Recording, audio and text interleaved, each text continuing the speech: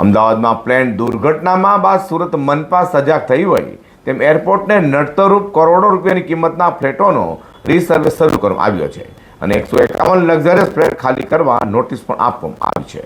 Ahmedabad plane દુર્ઘટના બાદ Surat એરપોર્ટને નડતરરૂપ building અંગેનો વિવાદ ફરી એકવાર બહાર આવ્યો છે.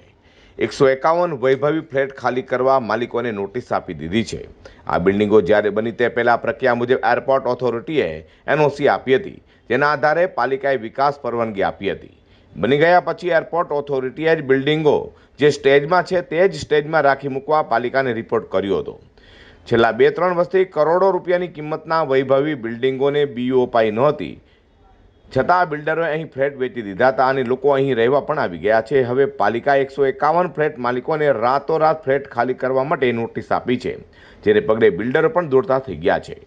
જો આ ફ્લેટ ધારકો ફ્લેટ ખાલી નહીં કરે તો પાણી અને ડ્રેનેજના કનેક્શન પણ કાપી નાખવાની ચેતવણી આપવામાં આવી છે. આ ઉપરાંત અન્ય 6 બિલ્ડિંગો જે એરપોર્ટને નડતરરૂપ છે અને હાઈકોર્ટમાં ગયા ન હતા તેમની સામે પણ કાર્યવાહી થઈ શકે છે.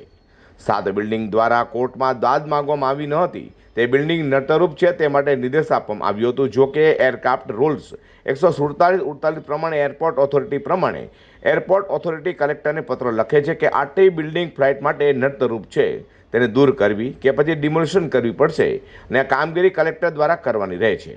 જોકે કલેક્ટર પાસે મેન પાવર અને મશીન પાવર નથી. પાલિકા સાથે મુજબની સંયુક્ત બેઠક થઈ હતી, જેમાં સુરત પાલિકાની સીધી જવાબદારી નક્કી નથી, પરંતુ કલેક્ટર ડિમોલિશન કરવા માટે તૈયાર થાય તો સુરત મહાનગરપાલિકાએ મેન પાવર અને મશીન પાવર માટે કોર્ટમાં એફિડેવિટ પણ કરવામાં આવી.